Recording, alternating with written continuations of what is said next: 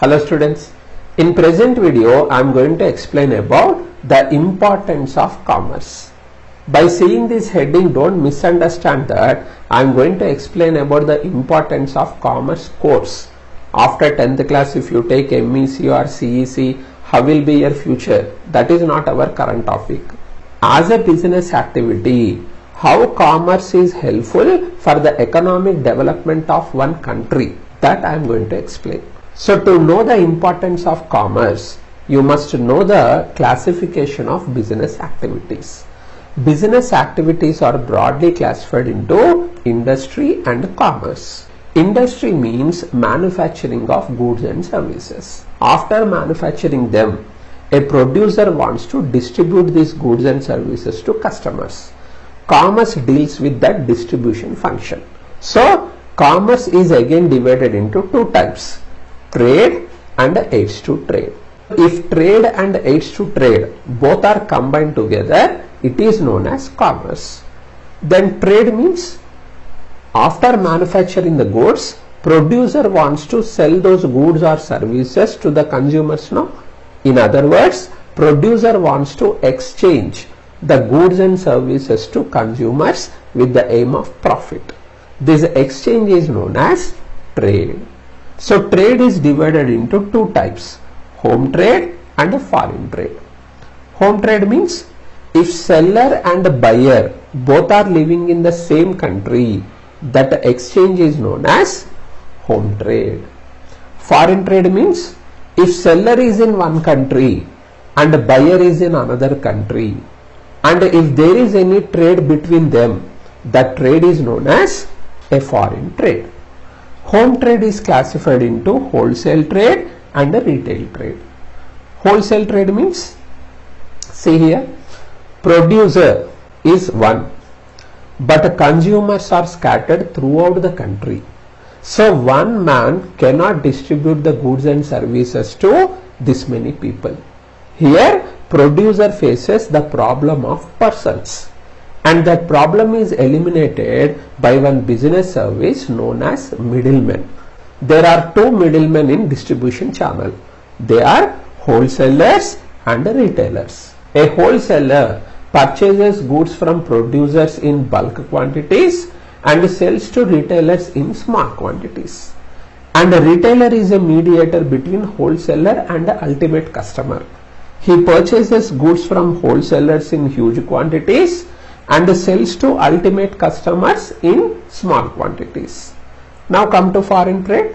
It is divided into export trade, import trade and entrepot trade.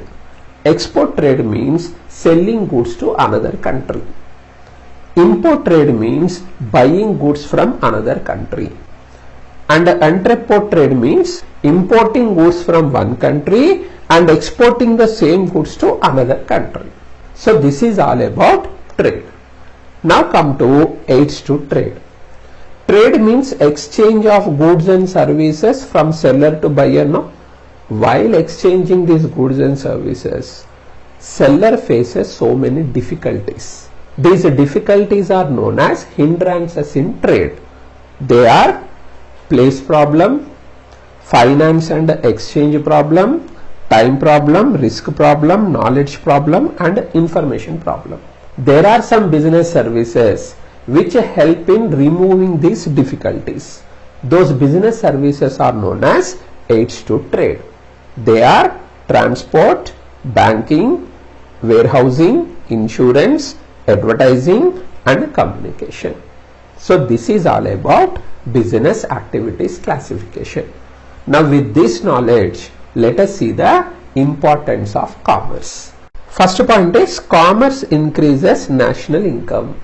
National income means the monetary value of goods and services manufactured by one country during a financial year. For example, from 1/4/2019 to 31st March 2020 is known as one financial year. In this year, one country manufactured 8 lakh crores worth goods and 5 lakh crores worth of services. If you add both, then 12 lakh crores is known as national income of that country during this financial year. National income is always expressed in legal tender of that particular country. So in our country, national income is expressed in terms of rupees. And the growth in national income indicates the growth in economy of that particular country. So national income is concerned with the manufacturing process now. So manufacturing of goods and services comes under industry. Therefore, if industry develops, national income increases. And the development of industry depends on commerce, because commerce deals with the distribution of goods and services which are produced by industry. As long as commerce distributes the goods and services successfully, producers will be able to manufacture more and more. When production increases, national income increases. So eventually we can say that commerce is helpful for the increase of national income. Second point is commerce encourages international trade. International trade means foreign trade, and it includes exports and imports. Commerce facilitates the growth of industry. When goods and services are manufactured in huge quantities, surplus production can be exported to other countries. Thus, home country can fetch foreign exchange. Similarly, the success of international trade depends on the proper exchange of information between exporter and importer. Commerce facilitates this exchange of information with the help of communication channels such as internet, email, phones, etc. And international transport modes such as waterway, airway are used to transport the goods from one country to another country. And while transporting the goods from one country to another country, if waterway is used, it is exposed to number of risks. These risks are known as sea perils, such as sinking of ship, or fire accident in ship, robbery in ship, technical problems in ship, or damage of goods due to sea water, floods, tsunami, storms, etc. To safeguard the goods from all these sea perils, exporter takes one insurance policy known as marine insurance. And while exporting or importing the goods, traders have to pay number of taxes to the government. If they want any financial assistance, they can depend on banking. So, communication, insurance, banking and transportation. All these are business services which come under commerce. Thus, we can say that commerce encourages international trade. Third point is commerce helps in expansion of aids to trade. Commerce facilitates the growth of industry. After manufacturing goods and services in huge quantities, producers want to exchange them to the consumers. During this exchange process, producers need the help of business services known as aids to trade, such as transport, banking, warehousing, insurance, advertising and communication. So the expansion of industry leads to growth and expansion of aids to trade, and commerce is the reason behind this. Now come to fourth point. Commerce generates employment opportunities. The number of people who seek jobs is rapidly increasing. In a country like India, already agriculture sector is overburdened and unemployment has become a serious problem. Commerce helps in eliminating this unemployment problem. Commerce facilitates the growth of industry.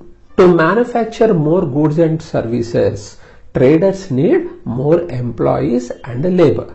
Thus, commerce facilitates employment opportunities. Similarly, when industry and trade develops, traders need the services of aids to trade. Thus, the development of industry and trade results in the growth and expansion of aids to trade. So all these agencies also need employees to look after their functioning. In this manner also people get some employment opportunities. Thus, commerce generates employment opportunities. Fifth point is commerce helps to increase standard of living. Standard of living means the quality of life enjoyed by the people of a particular locality. And standard of living is influenced by various factors such as income of people, quality of goods and services available in that particular locality, the availability of medical and education facilities, quality of environment, quality of infrastructure, and purchasing power of people. You know, commerce facilitates the growth of industry. More production leads to more competition. Then, to attract the customer, every trader has to maintain the quality of goods and services. Similarly, when traders start manufacturing more and more goods in particular locality, these agencies establish their units in that area. Thus, infrastructure and medical educational facilities of that area develops. Industry and those agencies need people to execute their functions. Thus, people get employment opportunities. As a result of that, their income increases and it leads to an increase in their purchasing power. Thus, commerce facilitates to increase the standard of living. Sixth one is commerce links producers and consumers. In industry, goods and services are manufactured. The next step is the distribution of goods and services to ultimate consumer. While distributing these goods and services, there should be a proper contact between producers and consumers. And while contacting the consumer, producer faces several problems. And all these problems are eliminated by aids to trade, business services. As business services come under commerce, we can say that commerce creates a proper link between producers and consumers. Next one is commerce tries to satisfy human wants. The wants and needs of consumers are uncountable and never ending. To satisfy them, they need different varieties of goods and services. They need more income. Commerce facilitates the growth of industry. Thus, different goods and services are manufactured by traders. With the help of aids to trade, commerce distributes all these goods and services from producers to consumers. Thus, commerce facilitates the availability of goods and services at a right time, at a right place, in right quantity. Thus, commerce helps to satisfy the human wants. Eighth point is commerce benefits underdeveloped countries. As commerce ensures the rapid growth of international trade, underdeveloped countries can import labor, know-how means technology from developed countries. If they have abundant raw materials, by exporting them to developed countries, these countries can fetch foreign currency. Thus, commerce facilitates underdeveloped countries to get the benefit of industrialization. Now come to the last point of this topic. Commerce helps during emergencies. During emergencies such as floods, earthquake and wars, with the help of transportation, commerce delivers the essential requirements to the affected areas. So this is all about the importance of commerce. Hope this video is useful to you. Thank you.